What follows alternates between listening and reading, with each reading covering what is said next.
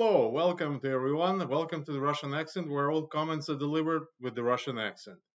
All right, so today we're going to talk a little bit more about Russo Ukrainian identity and what it means and how it actually played out. In the last video, I kind of mostly went into sort of details and explaining where it came from and so forth. Today, we're not going to be doing so much of that, but we're just going to be looking through how it developed through the years of the independent Ukraine and what it meant and what it means today and what the future holds and so forth. So first, I would like to tell everybody a bit of an anecdote. So I was in Iceland recently, and I was taking a bus from the airport to the city, and this guy sat with us, and I took him to be an American. I mean, he lived in Arizona. He was talking with a very refined sort of, let's say, American accent, but not really well defined, but very refined. So I assumed him to be somebody, sort of waspish person from Connecticut or something like that. In any case, like Jerry Seinfeld, who I despise as a Zionist, did say in one of his skits when he said, bulls, bears, and people from Connecticut. So that was like the impression that I got from the guy. So we had the conversation in English for about half an hour. And then closer to the end of the conversation, as time goes, it was like we start talking about the Poles and the Russians, the Ukrainians, and so forth, and how Russians cannot understand Poles because they were discussing so many Poles being in Iceland today. And so I said, no, no, no, Russians can understand Poles a bit. It depends. Like I'm from Ukraine, and we know Ukrainian language and Russian language and so forth. And when we talk to Poles, we kind of define, make out some of the things they say are right, for example, right? But then he said, no, no, no, no, it's not possible. Russians cannot talk to the Poles like that, or at least understand Poles the way I described. And then I sort of went into, how do you know? Like, you're from Connecticut, right? I mean, I didn't say the Connecticut, but it turned out he was from Moscow. He was actually somebody who had been in the United States probably for, I don't know, 20 years. He's pretty young, I guess, in his late 30s probably. And he came when he was still a high school student to the United States from Moscow. And he speaks Russian with a perfect sort of Moscow accent. It was very funny. And so that kind of reminded me, sort of like, even though we share the language, our identities are somewhat different. So in other words, he obviously identifies purely sort of with the Russian identity. I mean, the sort of idea of Russo Ukrainian to him is foreign because obviously he didn't grow up in Ukraine or around Ukrainians so much. So when it comes to to deciphering Polish language, for him it's much more difficult than for me. Okay, so that's sort of an anecdote. Anyway, so just to remind you where the Soviet Union was at its end, so to speak, and where was the independent Ukraine at its beginning. And so the two main identities at the time were Russo-Ukrainian identity was probably, I don't know, somewhere around 3/4 of Ukraine probably was that identity. In other words, people were sort of switching between, cultures. It was very fluid. Person could literally wake up in the morning and say he was Ukrainian, and by the evening he could have said he was Russian or something like that, depending on the context of the conversation. And that was about, let's say, again, 3/4 of Ukraine. That was Western Ukraine identity, which was much more defined and congregated sort of around the notion of a Ukrainian language, Ukrainian culture, and Ukrainian history. And as I mentioned, some of that history was not particularly very nice, but regardless of that. And so the modern state of Ukraine was effectively faced with the choice. I mean, what do we do with this? And of course, the most reasonable choice any normal country should have taken is to say, look, we just have these two major groups of people and let's just accommodate them all. Let's just make a bilingual country. That's fine. Let's promote both languages. Let's promote, language education in both. Now, if Western Ukrainian prefer Ukrainian, of course, they should stay with the Ukrainian language. And if people prefer to speak Russian, but to be still imbued with the Ukrainian culture, which is very vibrant in many respects and very attractive. So that was also, of course, on the table. And also geopolitically, what you have this pure sort of geographic dispersion. You have on the eastern side, you have sort of the Russian identity. In the middle, you have Russo-Ukrainian identity.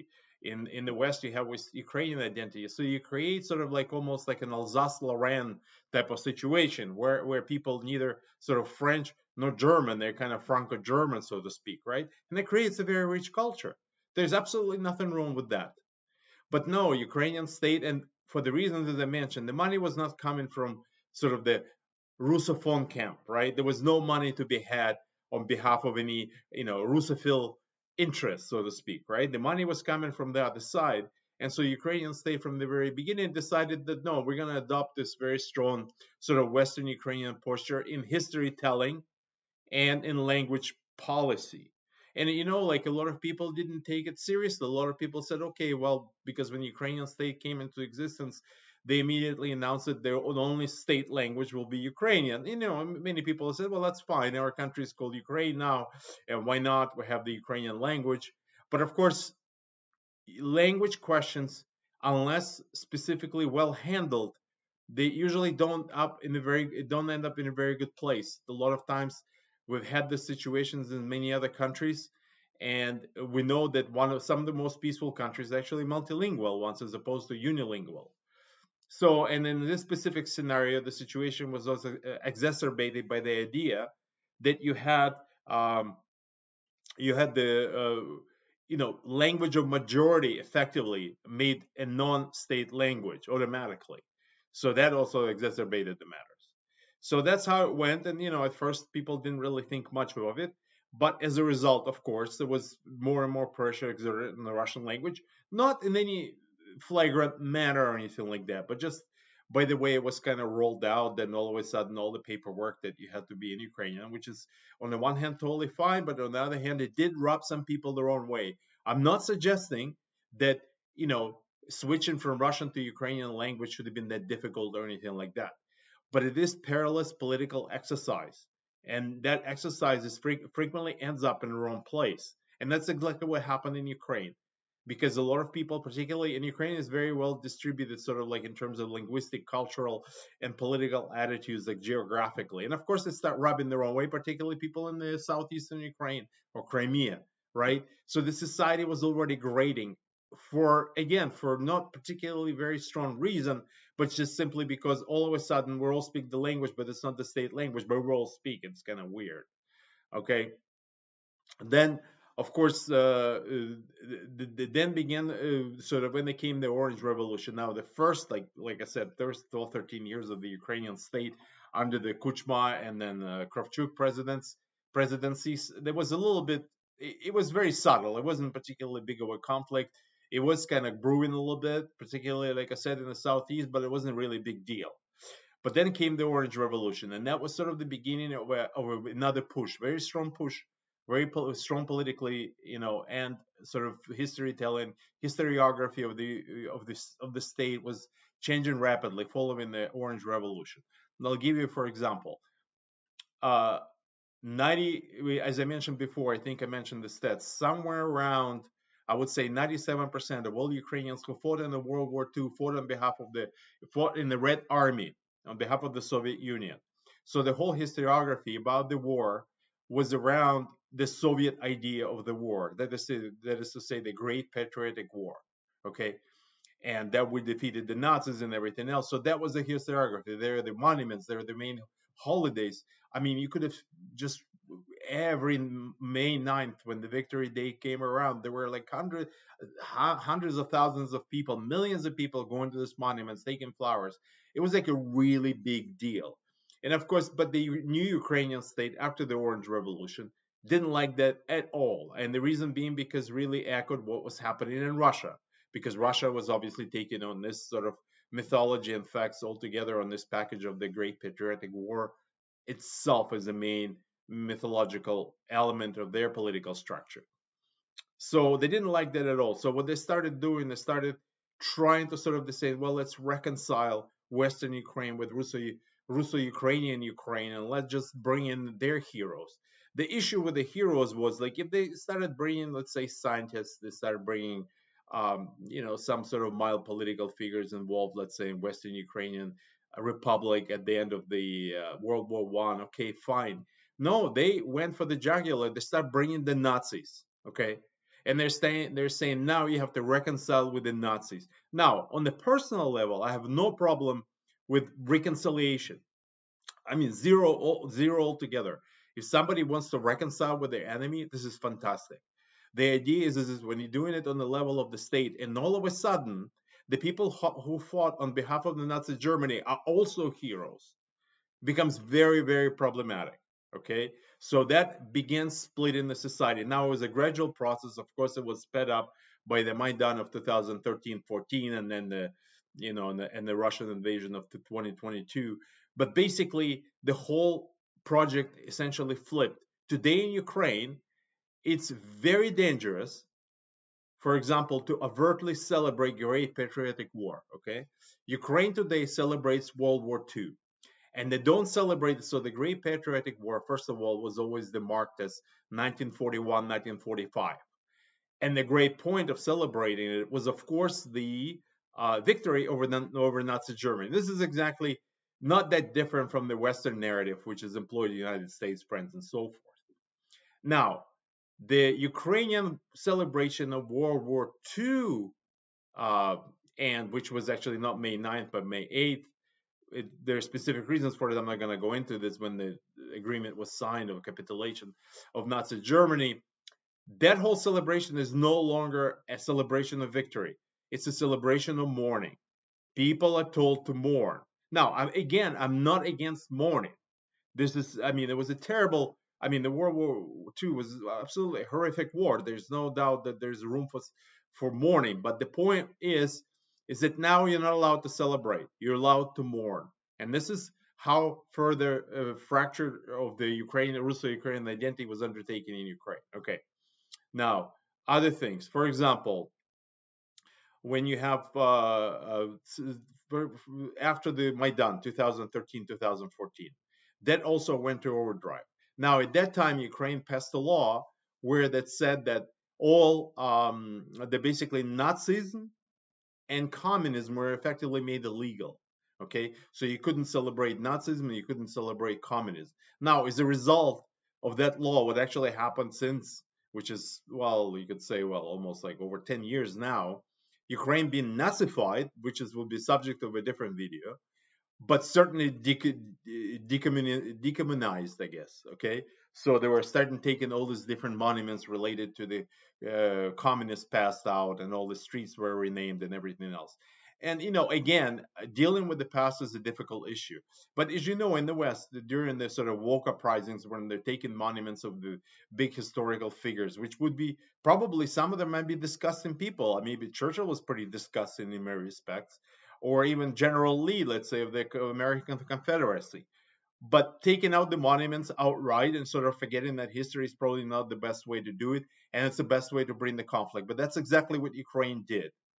And it was really funny because one couple of years after Maidan, I happened to be the Ukrainian in the city of Nikolaev, which is originally was of course founded by the Russian Empire, a completely Russo-Ukrainian city. Okay, so where of course you could hear a bit of Ukrainian, you could hear a bit of Russian, but mostly Russian. Also, a lot of people, especially from the countryside, that spoke Surzhyk, which is sort of this mix of Russian, Ukrainian, and so forth. And so I was in Nikolaev, and you can see, like, you drive by one square and there's an empty monument. Oh, Lenin was there. And you drive by another square and another empty monument. Oh, the Dzerzhinsky was there. And then we go into so with my friend. He was in the TV show, and it was a talk show, and there was a political talk show on local matters. It wasn't so much anything to do with sort of general big politics, so to speak, right? And then we went into the studio, and the discussion started, and I was there. It was very interesting. I was listening to it, and they're kind of exchanging. Some people spoke Ukrainian, some Russian. It was like the best of Russo-Ukrainian, really. You know, somebody speaks Russian, somebody speaks in Ukrainian. They all perfectly understand each other. There's not a problem at all. And all of a sudden, when they're taking the phone calls from callers, okay, so one caller calls the show directly and says, "Hey, you guys are not using official language. What the hell is going on? I mean, you have to, you can't do that, right?" And believe it or not, instead of telling the guests to smarten up, so to speak, right, to get the hell out, they all switch to Ukrainian. So in other words, this is how it's done.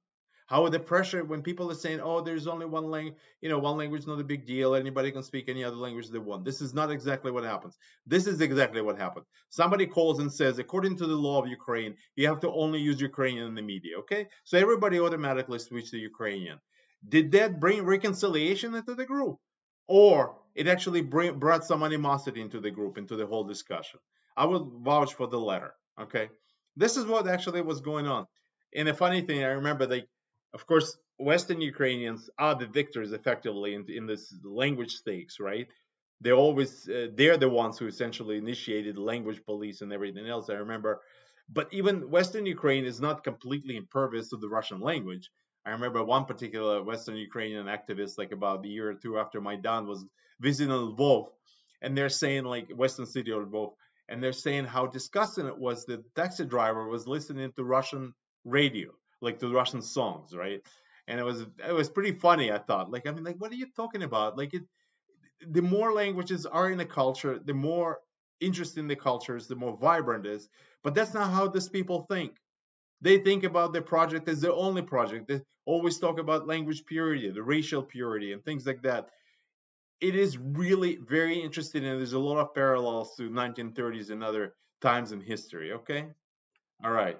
So then, of course, after Maidan, there was this big ban on Russian books, so no Russian books could be effectively sold, at least officially. Of course, they were still sold, but it was more difficult to sort of procure that type of a thing. Now, one of the biggest ethnic, uh, ethno sort of religious rifts that were brought into the Ukrainian state from the very beginning. In fact, actually happened even before Ukrainian state came to be in 1991, and that was split of the Orthodox Church. If you remember from the previous talk, when I was talking about the history of Russo Ukrainians, I mentioned what actually made Russo Ukrainians kind of a group, aside from sort of the linguistic origins and so forth, the ethnic origins, is the religion. They were all Orthodox. Okay. Now, I also mentioned that Western Ukraine, there was another type of religion introduced.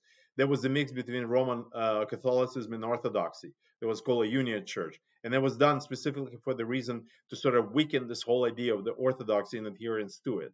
Now, that's a Western idea that has traveled, in fact, today already all the way to Kiev. Now in Kiev, there is a big cathedral or Union Cathedral that exists. But primarily, majority of Ukrainians still remain Orthodox.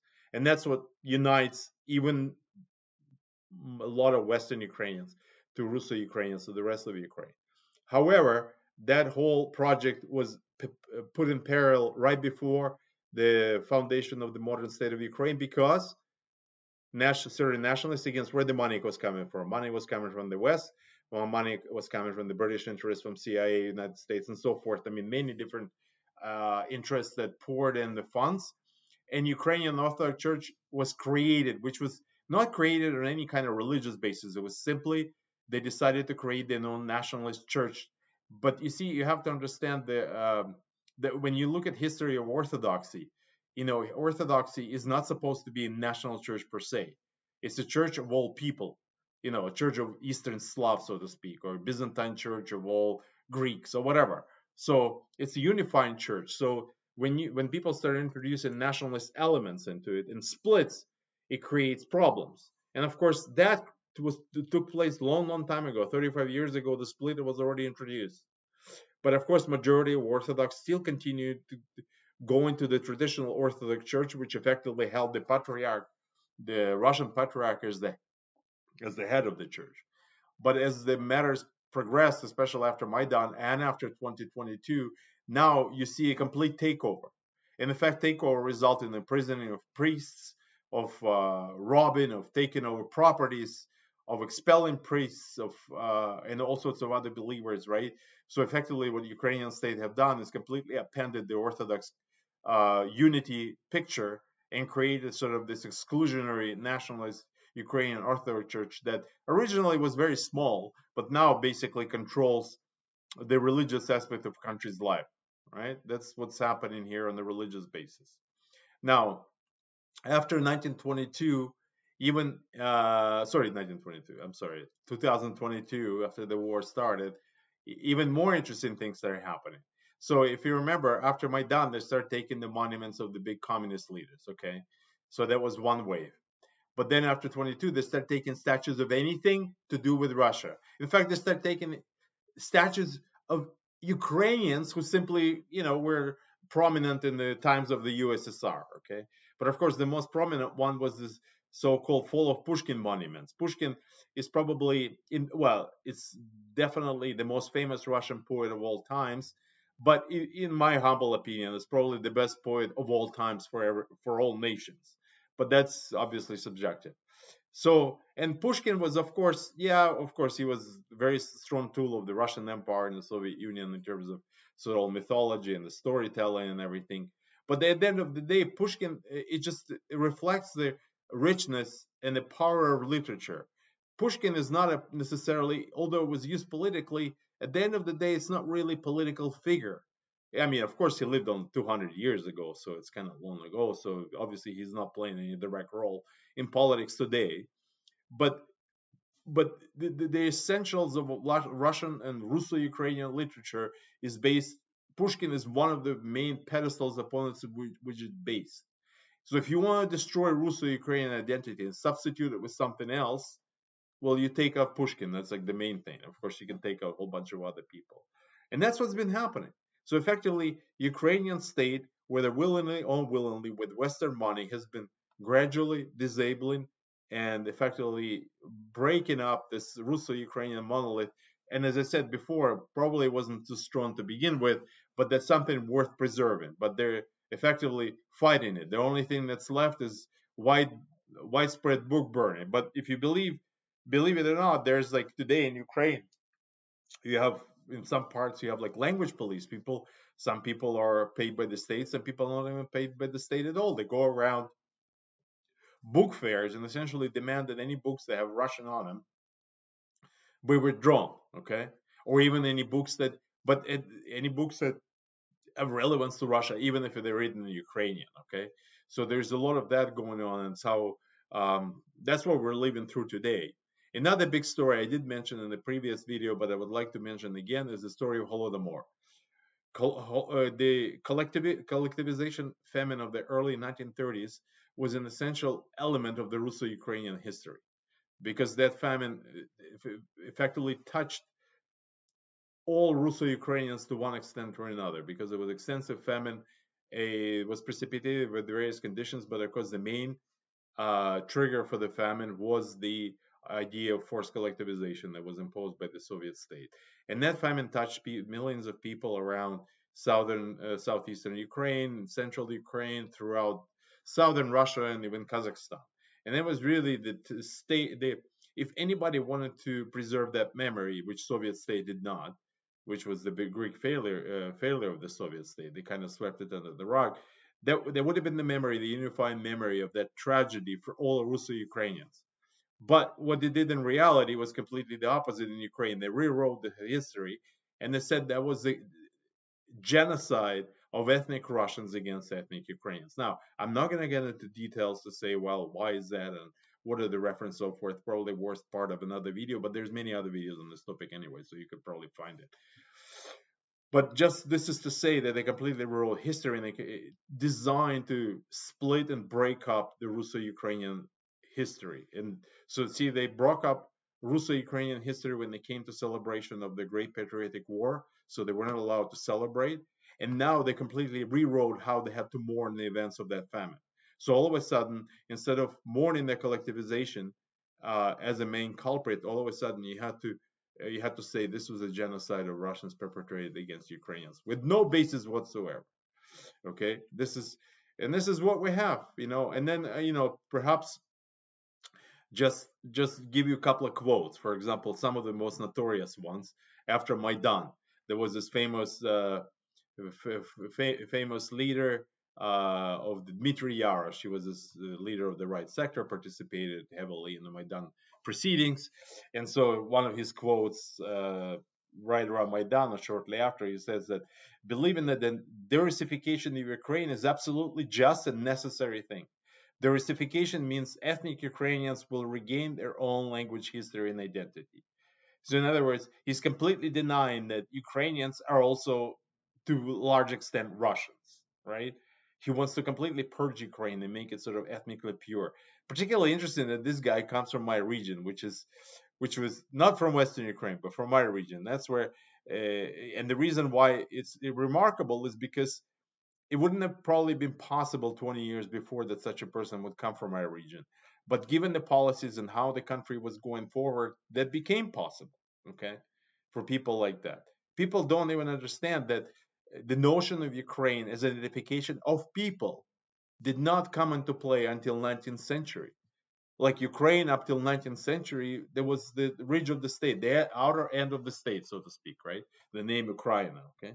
So for example, in this context, it's very important to say in Russian, there's this argument whether you say on Ukraine or at Ukraine or in Ukraine. In Ukrainian, it's like they say в Україні or на Україні. So like this type of conversation. This conversation stems from the same idea, sort of like no, Ukraine is like this, this monolith of the Ukrainian identity. It has nothing to do with Russia or with the Russian state or with the Ruski state or with their self-identification. It had nothing to do with the word Ukraine, like I said, prior to 200 years ago. Anyway, that's all very interesting subject. For example, another quote, this one from 2016 from Alexander Turchinov, who was a temporary head of the government when the coup in Kiev happened in February 2014.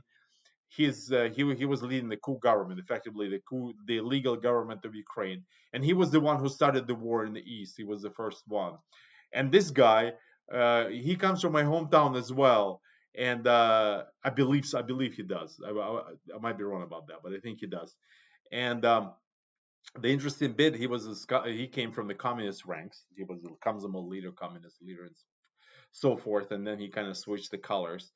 And this guy's first language is verifiably Russian. There's no doubt. I don't know about Yarosh. Yarosh is probably too, but the first guy quoted by Alexander Turchinov for sure, right? And then what he said, for me, the Russian world means Russian tanks, Russian multiple launch rocket system, and those who support this Russian world should, pardon me, be imprisoned for extended periods or executed. Okay. So in other words, any relevance to Russia all of a sudden became completely off limits in Ukraine, and this process has been going on for a long time. Okay, and this is what we're dealing with today. We're faced with the issue. What do we do with this? Do we revive Russo Ukrainian identity as a bridge, as the Alsace-Lorraine, so to speak, between Germany and France, or do we continue to push the Western Ukrainian identity, which is, like I said, in and of itself, I don't have objections. But when this identity imposed on the rest of it, it really makes an impossible sort of the perpetual Russo-Ukrainian conflict. And the funny thing, so the Russia in this particular framework is announced to be the perpetual enemy of Ukraine. Okay, so I don't understand how any reconciliations can come about with this type of ideology and language politics coming into play and pushing people to the brink. Okay, so for example, when it comes to Zelensky, okay, so Zelensky was, as I mentioned, he was elected in the 2019 with 73% approval, and the reason why he was elected with such a great approval, because he was supposed to be a peace president. And what people understood peace to be at that time, everybody understood that did not mean war. That meant fulfillment of Minsk Accords. Okay, the Minsk Accords would have been the fulfillment of the aspirations, although not expressed by everyone, but in my opinion, by general aspirations of the sort of Russo-Ukrainian majority of Ukraine. Okay, and that's why he was elected. That's why so many people were very happy when they first appeared on the podium of Rada to give his welcome speech. But that's not what happened. Things turned 180 degrees. And Zelensky, who I can guarantee you about 15, 20 years ago, probably didn't speak Ukrainian very much at all. Today, he pretends he doesn't understand Russian. It's so ridiculous. And everybody knows that Zelensky, within his cabinet, they all speak Russian inside, or at least a lot of them. Anyway, I shouldn't say all. I mean, but a lot of them do. A lot of those conversations happen in Russian, but then Russian is illegal language of the occupier, so to speak. So it's very funny. And then once Zelensky was given sort of an interview in there, and I think somebody asked him a question in Russian, and he pretended he didn't understand the term, and he asked for clarifications to be given to him in English. That's how ridiculous all of this is. Okay, and of course, it continues. So anyway, this is all to say that all this, the only concept of any kind of reconciliation in modern Ukraine has to be done on the shoulders of Russo-Ukrainian identity. Without advancing Russo-Ukrainian identity, the project is doomed to the perpetual conflict. Anyway, that's all I had to say today. Thank you very much for listening and enjoy your day. Тому що у нас робота буде, у них немає. У нас пенсії будуть, у них немає. У нас піклування під дітей, під людей, під пенсіонерів, під дітей буде, у них немає. У нас діти підуть до школи, до дитячих садків, у них вони будуть сидіти в підвалах. Бо вони нічого не вміють робити. І так, і саме так ми виграємо цю війну.